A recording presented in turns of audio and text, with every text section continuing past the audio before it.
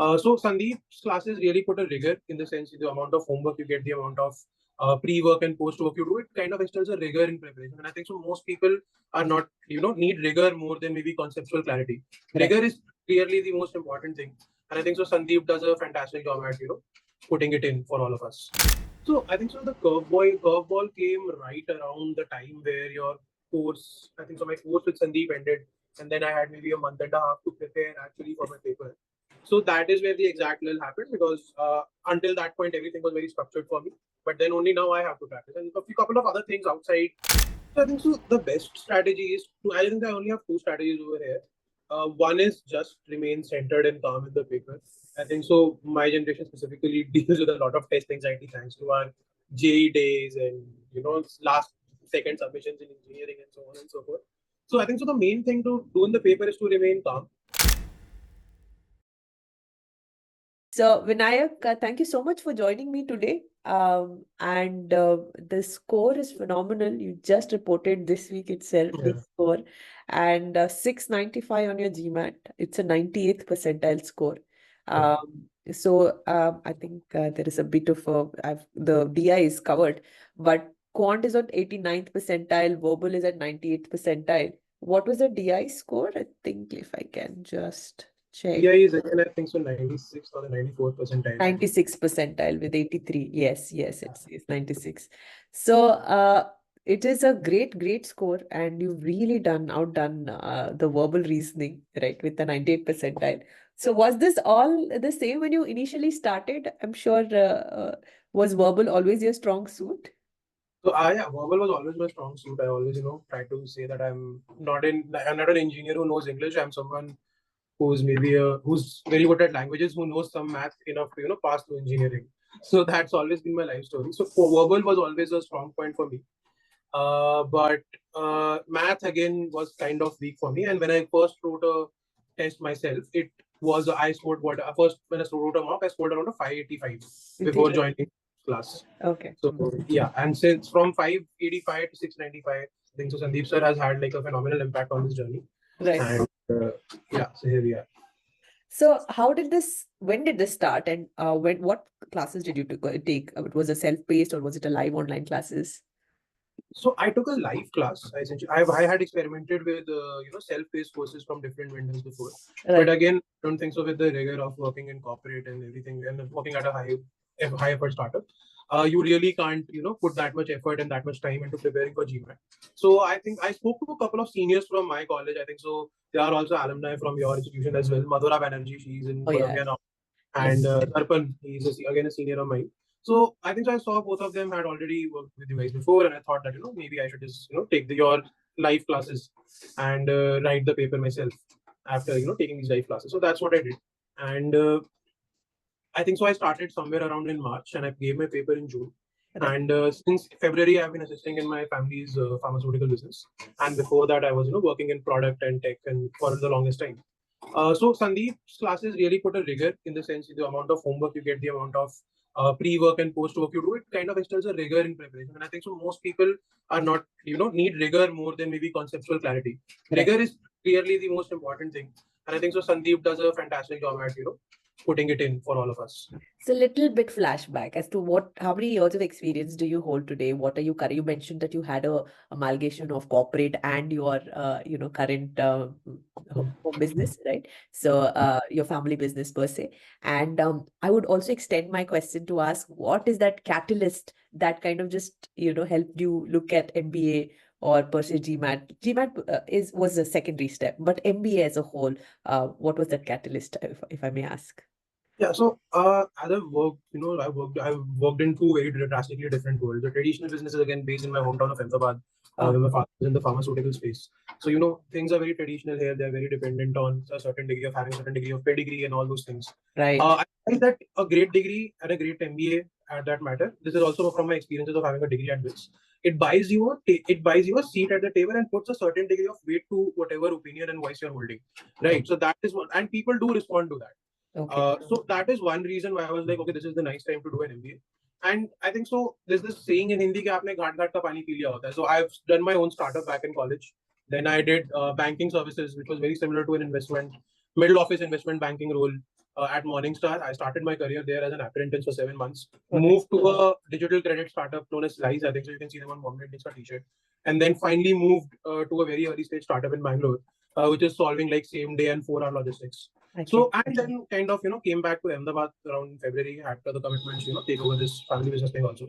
So all of these places I think so to hold your own weight and to hold your own abilities you need proof, right? And as a young individual, an MBA and that from a great reputed institute that everyone knows, that really helps you out in standing out and saying that okay. Yeah, so that was one of the motivations of doing an MBA. GMAT because I'm already from BITS and I didn't really think an IIM would add value because I've already been to a top institution in India. So I thought if I've already done this, why not, go and explore some other countries for a couple of years, see what they have to offer, how they are doing things differently, and then maybe bring some of that knowledge osmosis back to India. So have you already applied to any schools at the moment? Like you've got the score. Generally, the GMAT allows you to apply already to a 5 schools. You have a choice to apply or not, but did you choose to apply? So I haven't chosen to apply yet because I have some commitments in the family business, and I do want to do like a small VC gig before I go for MBA. So I'm planning to apply in 2025 for the 2026 intake, and I'm primarily targeting the top schools in US and top 5 in Europe. So maybe that would put your INSEAD, HEC, Oxford, LBS, Cambridge Young, all those schools kind of in place in Europe, and then in the US, obviously, I'm going to be targeting Yale, MIT Solon, Harvard, Stanford, and all those. Right, the M7 school, of Yeah. course. Absolutely. I mean, nothing less of that. I mean, you have such a very diverse, let's say, your experience. It just feels like you have so much of story to write in your application. It will really stand out. But going deeper into your GMAT preparation, so before you got, you got started, you mentioned verbal was a strong suit. But now that you are on the other side, what if you look back, what were your preconception of the exam and what turned out to be the reality? If you can compare the two, very different kind of question I'm trying to add, just to see what is the perspective here. Yeah, I think so. Most people make it too big in their head. With the right coaching and with the right tools, it's not really that difficult to get a great score out there. But yeah, right coaching, right rigor being the keywords and being the operative keywords here. So it's really hard to essentially keep yourself on the pace. It's nothing but a it's like you can't run a marathon, you can't run a sprint here, you have to run a marathon. So you have to practice in daily. A lot of kids, maybe even some of my friends who are from BITS and IITs, they think, yeah, this is 10th ka maths, 12th ka, 10th ka English. So we can just walk in doors swinging and like a cowboy and score 700 and come back. Then they give the paper and then they come back with 630 or 640, right? So that is the kind of the reality check over here. Only is that you need to put in consistent efforts for maybe 3 months. If you don't do that, that's not the best idea, in my opinion. You As personalize just the entire consistent. character also, I'm just imagining someone going like that. Yeah. But yeah, that's a good thing to just add in, because quite a lot of preconception, especially students do have. And then when someone like you, who now on the other side, it is absolutely essential to break that myth. So deeper into the preparation more, you can probably talk section wise, or even any subject that stood out. What is the unconventional tactics or strategy that you've seen and you've never seen before that really helped you look at a challenging section? So I think so. The best strategy is to. I think I only have two strategies over here. One is just remain centered and calm in the paper. I think so. My generation specifically deals with a lot of test anxiety thanks to our JE days and last second submissions in engineering and so on and so forth. So I think so. The main thing to do in the paper is to remain calm. And then I think so for verbal, I think so. What really helped me get that 98th percentile in verbal and that really high score in verbal was Sandeep kind of took extra time and gave us something known as an octave theory. So that kind of really helped me break down complex paragraphs into, much simpler bite-sized pieces. And I think so that's important. Once you are not very anxious on the paper, you'll always focus on breaking things down into smaller chunks, be it a math problem, be it a critical reasoning problem or a DI problem. Once you break things down in smaller chunks and you read the questions properly, and understand them properly and get the nuances right, it's very easy to solve. It's nothing, there's no rocket science going on in GMAT, as quite a few kids feel.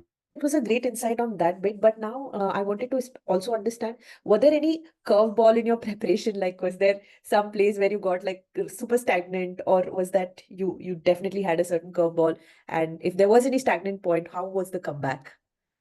So I think so. The curveball came right around the time where your course. I think so. My course with Sandeep ended, and then I had maybe a month and a half to prepare actually for my paper. So that is where the exact lull happened because until that point everything was very structured for me. But then only now I have to practice, and a few couple of other things outside my work and GMAT life also came up, so they had to get prioritized. So yeah, I had like 3 weeks there where I didn't really prepare much. Maybe wasn't even spending 6 hours a week working on this thing. But then again, once that happens, I think so. The important thing is to book a date and then place that date on your workbench. Okay, you have a paper maybe 1.5 months down the line, and you realize you have 30,000 rupees of your own money on the line. So, or worse, if it's your parents' money, then it's much worse. So, I put my own money. I didn't have that much guilt, but I have friends who have put parents' money for GRE and they didn't prepare. So that was much worse for them. Oh man, yeah. Yeah.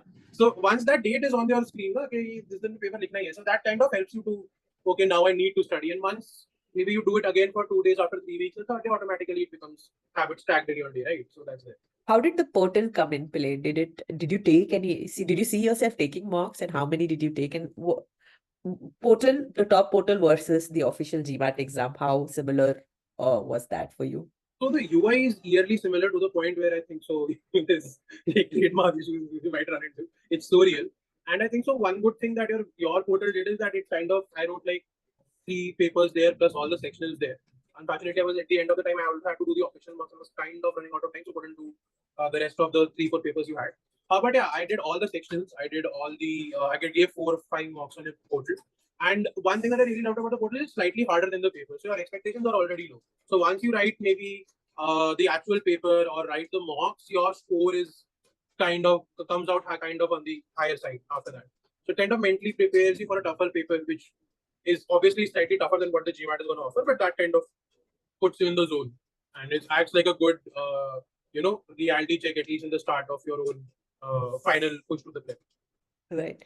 So the next question I may have, I may possibly I'm going to take a risk with hoping that you may have the answer, but you may not even have the answer. So what is this hidden takeaway wherein beyond the study material, any surprising lesson or skill that you gained from this entire GMAT experience? Because as much as I know and I've experienced also, Sandeep sir's aim is not just to get you that 99th percentile or that, beyond that. There is so much of learning through KTW sessions and few other things. And because you come from such diverse, very interesting profile, I'm just seeing that there could be a possibility something would have happened. And what is it? Would you like to throw some highlight on that?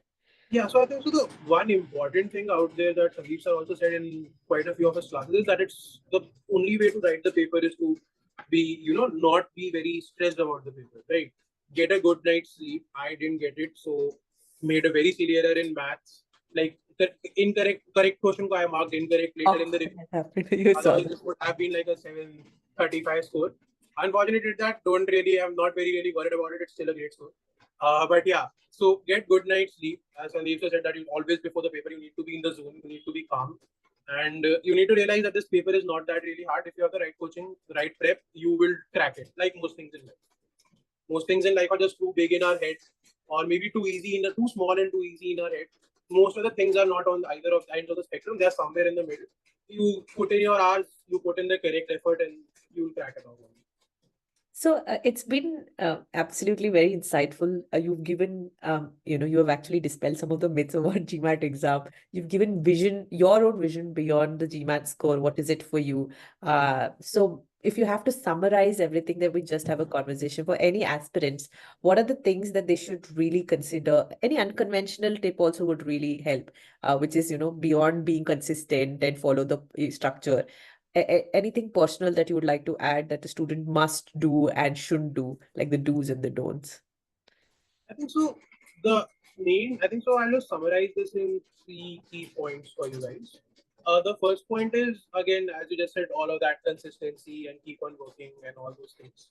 Second, I think so, finding the right prep strategy, again, it's kind of redundant. I think so, we've covered it well. Getting the right prep strategy, the right mentors, and so on and so forth. The final thing that I think is the most important thing for any person who's out there writing GMAT is to, it's not even, it's about just making sure that you have solved the hard stuff in life, right? And you also write GMAT at a time where you have you know that you have maybe like 3-4 months of, maybe relatively less workload and things like those. I think so that's the part quite a few of my friends have also missed. Some of them are in banking, some of them are in FMCG. And that's also the most miss. They're booking GMAT right before probably the most work intense months of their life. So they are not able to, match that time and effort that's required. So I timed my paper according to that. I did it. If I was doing the family business, I was gonna do it at least a couple of months before, the peak months of sales that we have around rain time for farmers. So plan your paper accordingly, and there are a lot of these small factors outside your preparation. Small, very minor factors. The time of the day that you're setting the paper up. I took it up too early in the morning. Not suggested. Do somewhere in the afternoon or in the evening. Right? Afternoon best time. Evening second best time. Morning the worst time to write a paper. Depending on your sleep cycle also. If you're one of those people who wakes up at 5 a.m. in the morning, do it. There are a lot of these. It's like if you're in a battle, if you're in a battleground, there are these many small micro, essentially micro leverages that you can bring in your favor, or micro advantages that you can build. Getting the paper on the right time, keeping the right diet on a few days before the paper, making sure you're getting ample sleep at least a week before the paper. Don't be one of those people that was pushing everything to the last minute and then one night before the paper you're revising 12 hours a day. Don't do that. Right. And make sure your test timing is right. Make sure you're relevant with the center. Like in the sense, where the center is. Like it should not be that the last day you are scrambling to find the center. Don't do that. Right. So don't make sure that there are all these small things right with your prep and patience. And I think so. It's easy. It's just been so breezy conversation with you today, and thank you so much for joining this afternoon. And with all the schedule that you have, it's a lot of work. I'm sure you're applying this year. Are you looking to apply this year itself, or are you? I might apply in round 2 in winter, depending on a few things, how they play out. And otherwise, I'm going to be applying next year for the 26th.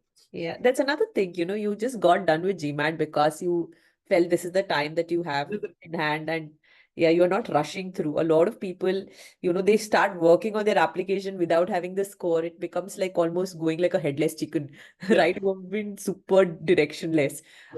But nevertheless, thank you so much for joining and giving this insight. And I'm really excited to see how you head from here, be it family business or anything else. Like I said, super diverse profile, so much of learning in each of these places, I'm sure, right?